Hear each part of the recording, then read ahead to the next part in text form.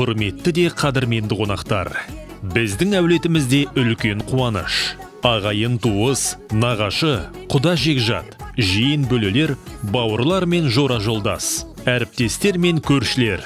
Біз сіздерді әкеміз Төрехан мен анамыз Аягөздің отау құрғанына 50 жыл толуына орай жайылған ақ дастарханымыздың қадірлі қонағы болуға шақырамыз. Той салтанаты 2022 жылдың 14 мамыр күні сағат 12:00-де басталады. Мекен жайымыз Ақыртөбе ауылы Дамир мейрамханасы. Ізгі ниетпен Құлпамышевтар әулеті.